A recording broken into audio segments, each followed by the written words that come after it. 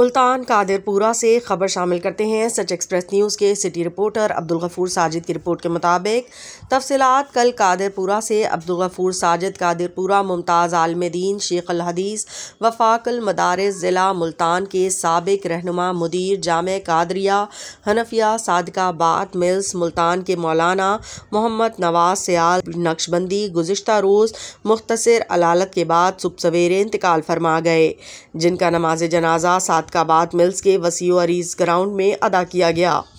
इस मौके पर वफाकुल मदारिस सरबिया के नाज़िम आला कारी मोहम्मद हनीफ जालंधरी ने खिताब करते हुए कहा कि मौलाना मोहम्मद नवाज नक्शबंदी ने आधी सदी इल्मी और रूहानियत के मैदान में खिदमत की। उन्होंने कहा कि आए रोज़ उल्मा का खला बढ़ता जा रहा है। उल्मा कराम की सलामती और उनके तहफ़्फ़ुज़ के लिए दुआओं का भरपूर एहतमाम फरमाएँ।